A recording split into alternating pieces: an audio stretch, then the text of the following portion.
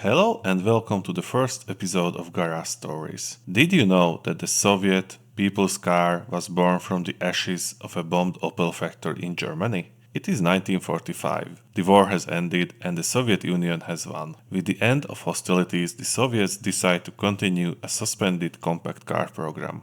The program dates back to 1940 when they built the Kim factory, whose sole purpose was to create a car for the people. They came up with the Kim 10, which like many Soviet designs was based on Western knowledge. In this case, the car was heavily inspired by the Ford prefect. Sadly, the big boss did not like the car. The reason? Stalin wanted a four-door car and the Kim had only two doors. And if Stalin didn't like something, it meant it wasn't going to happen. Luckily for the Soviets, they had the perfect car lying around, the Opel Kadett, a pre-war compact car with four doors. Even better, the factory in Germany was not completely bombed out. So Stalin demanded the plans and tooling from the factory as war reparations. And Moskvitch was born. The first car of the company, the Moskvitch 400-420, the first mass-produced Russian car, was basically a copy-paste of the Opel Kadett. But there are two different stories about how production actually started, and we will look into both of them. The more well-known and long-lived story says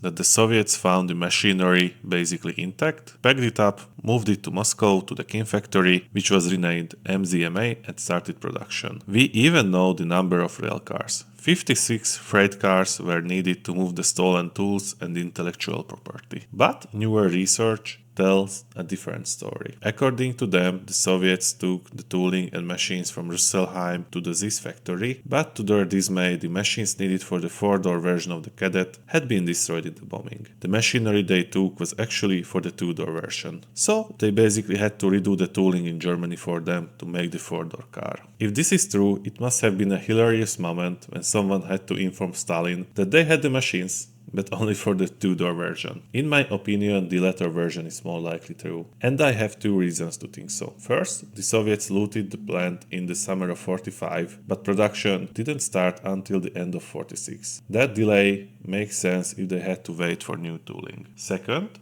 based on photos of the bombed-out plant, I doubt many machines remained intact. You can see some of these pictures on your screen. But whichever story is true, more than 240,000 Moskvitch 400s were made, and they were the cornerstone in the motorization of the Soviet people for years. If you enjoy the content, please give us a like, subscribe, and let me know in the comments which story you think is true. Thank you for watching and have a nice day.